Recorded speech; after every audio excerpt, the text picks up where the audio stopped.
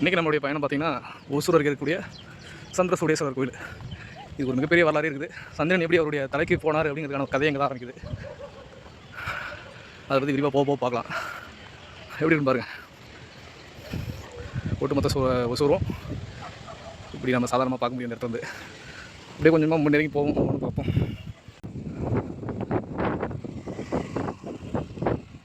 மலையிலே ஏற ஃபீலே தான் கிடைக்கும்.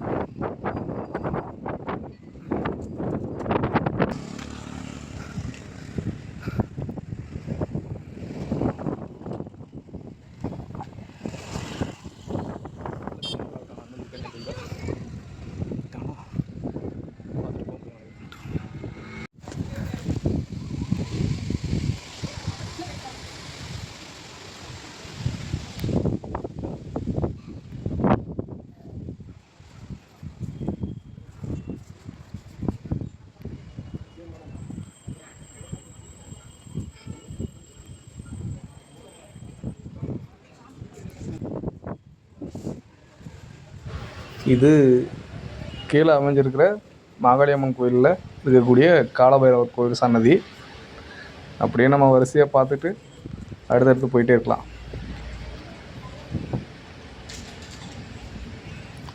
இந்த கோயிலோட அனுபவங்கள்லாம் பெரும்பாதி நம்ம வாய்ஸ் ஓரால் கேட்டு தெரிஞ்சுக்கிறத விட நம்ம அந்த இடத்துக்கு போயிட்டு அந்த இடத்துல இருக்கக்கூடிய அந்த வைப்ரேஷன்ஸை நம்ம வாங்க பழகும். அது ஒரு நல்ல ஃபீலை கொடுப்போம், ஒரு எனர்ஜெட்டிக்கான ஒரு ஐடியாவை கொடுப்போம். நம்ம அது வரைக்கும் இருக்கக்கூடிய மனநிலையை மாற்றும். இதெல்லாமே பண்ணோம். அதுக்கு தான் நான் பெரும்பாதி பார்த்திங்கன்னா என்னுடைய வீடியோஸில் கருவறைக்குள்ளே கொண்டு போக மாட்டேன்.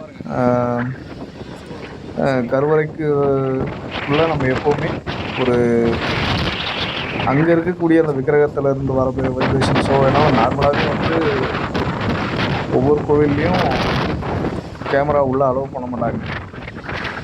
நம்மளே டீசெண்டாக நம்ம அதை எடுக்காமல் இருக்கிறது நல்லது தான் தோணும். ஏன்னா அந்த அழகையும் அந்த வைப்ரேஷன்ஸையும் நம்ம நேராக கண் குளிர பார்க்கணும். அப்போ தான் நமக்கு அந்த மனசில் அமைதி, சந்தோஷம் எல்லாமே கிடைக்கும்.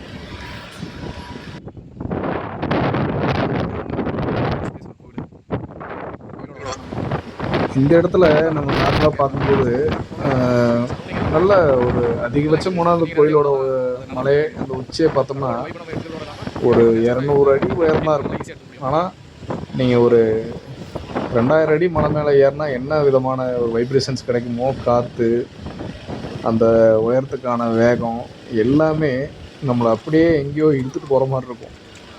மேலே போய் நின்றாக்கா நம்ம தூக்கி வீசிட்டு போயிடும் போல, அந்தளவுக்கு காற்று நல்லா இருக்குது.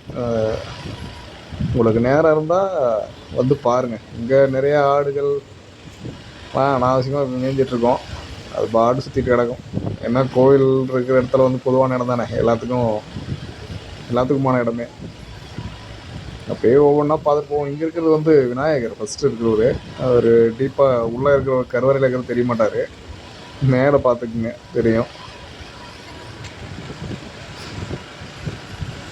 நிலை கோபுரத்துக்குள்ளே போகிறோம். பக்கத்தில் பசுமையான தோட்டம் மாதிரி அமைச்சிருக்கிறாங்க. இதில் இன்னொரு விஷயம், ஏற ஏற ஏற நம்ம இந்த காற்று நம்மளை அப்படியே புஷ் பண்ணுது, உள்ளே பிடிச்சி தள்ளுது. போடா உள்ளே போடா அப்படிங்கிற மாதிரி தள்ளுது. என்ஜாய் பண்ணலான்னா ஃபீல் பண்ணலாம், நல்லா ஃபீல் பண்ணலாம், நல்லாயிருக்கும் பார்க்குறதுக்கு. உள்ளே இன்றைக்கி ஞாயிற்றுக்கிழமை அப்படிங்கிறதுனால சரியான கூட்டம். இதில் ஒரு 2 பேர் இருப்பாங்க. இவங்களுக்கு ஒரு தனி வரலாறே இருக்குது. இந்த முட்கலரு உச்சாயினார் அப்படிங்கிறவங்க சிவபெருமானை நோக்கி தவம் இருக்கும்போது சிவபெருமானை உடும்பு வடிவத்தில் வரும்போது அவர் கூடவே வர பார்வதி அம்மையார் அவங்கள சபிச்சிருவாங்க. இந்த இடத்துலையே நீங்கள் வெளியவே இருங்க அப்படிங்கிற மாதிரி ஒரு சபிச்சிருவாங்க. ஒரு கதை இருக்குது. அப்படியே கேட்டுகிட்டே உள்ளே போகலாம். இது ராஜகோபுரத்துக்கு பின்னாடி இருக்கக்கூடிய அடுத்த நிலை கோபுரம். வில்வ மரத்தளவு வச்சு எப்போவுமே இருக்கிறது மாதிரி. அது தேர் இருக்கிற ஏரியா. உள்ளே போன உடனே காசி விஸ்வநாதரை நம்ம பார்க்க முடியும். அவரை வணங்கிட்டு நம்ம அப்படியே உள்ளே போவோம்.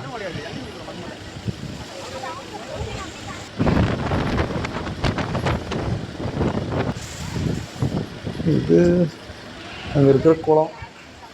சந்திரசூடேஸ்வரர் கோயிலில் இருக்கக்கூடிய அருமையான பக்கவாட்டில் இருக்கிற குளம். இது கோவில் பார்த்திங்கன்னா ஒரு பெரிய பாறை வடிவத்தில் தான் இருக்குது. இந்த பாறைக்கு மேலே அழகாக அமைஞ்சிருக்கு.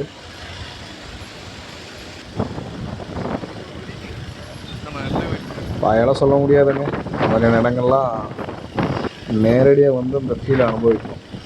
பக்கத்தில் சிறுவர் பூங்கா, அப்படியே போனோம்னா அப்படியே தூக்கி வாரி வீசிடும் போல் இருக்கு. வெளியே தூக்கி விளாசி தள்ளிடும். அந்த மாதிரியான இடம் இது.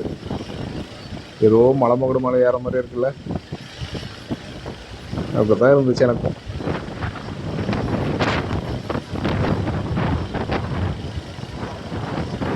ஃபீல் பண்ணுவீங்க. தயவுசெய்து வாங்க. போனாலும் இல்லை, ஒசூருக்கு பக்கத்துலேயே இருக்குது. ஒசூர்லேருந்து பஸ் ஸ்டாப்லேருந்து கிருஷ்ணகிரி ரோட்டில் ஒரு 1 கிலோமீட்டர் தொலைவு தான். அப்படியே வந்து ஃபீல் பண்ணி பாருங்கள் எப்படி இருக்குன்னு.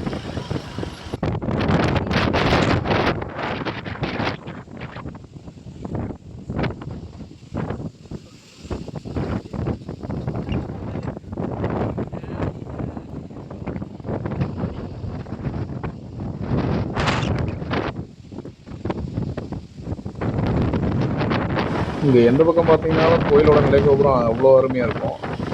கிட்டத்தட்ட நம்ம நின்று பார்க்குற ஏரியாவில் வந்து இது பூங்காவோட சென்டர் பகுதி. இந்த சென்டர் பகுதியில் நானும் கொஞ்ச நேரம் உட்காந்து லைட்டாக ஆடி பார்த்தேன். நல்லா இருந்தது.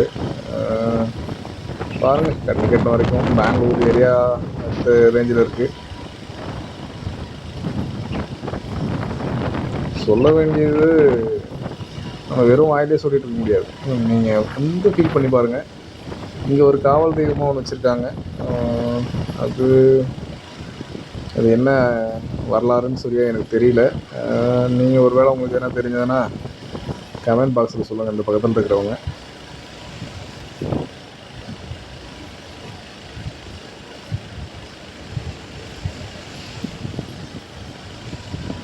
எனக்கு பர்சனலாக ரொம்ப பிடிச்சிருந்ததுங்க. நான் ஏதோ ஒரு உத்வேகத்தில் வீட்டில் ஒரு வேலைக்கு போய்ட்டு இன்றைக்கி என்னடா பண்ணலாம் அப்படின்னு சொல்லி யோசிச்சுட்டு இருக்கும்போது, என்ன செய்கிறதுன்னு தெரியாமல் ஐடியாவில் இருக்கும்போது திடீர்னு தோணிடுச்சு, போவோம் எங்கேயாவது பக்கத்தில் இருக்கிற ஒரு நல்ல ஏரியாவுக்கு போகலான்னு சொல்லி. ரொம்ப நாள் ஒசூர் பக்கமே இருந்தாலும் பிரோஜனம் இல்லாமல் சுற்றிட்டு இருக்கிறமே நினச்சிட்டு இன்றைக்கி போயிடலாம் அப்படின்னு சொல்லி திடீர்னு கிளம்புனேன். டைம் இல்லை.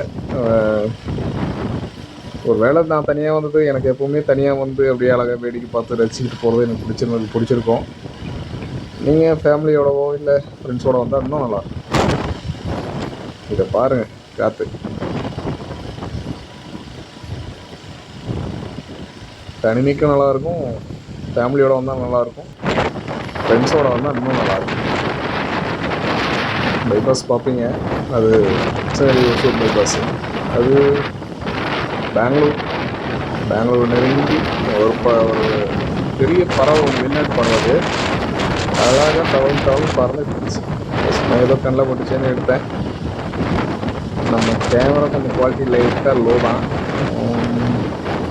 அடுத்த முறை நல்ல குவாலிட்டியான கேமரா கிடச்சா இன்னும் பெட்டராக ஃபீல் பண்ணி எடுக்கலாம். ஒவ்வொரு முறைக்கும் போகும்போதும் அந்த பகுதியில் வந்து அந்த கோயிலோட ஃபோட்டோவை எடுத்துக்கிட்டு இருந்தேன், வீடியோஸும் கவர் பண்ணேன். நல்லா இருக்குல்ல? லைக் பண்ணுங்கள்.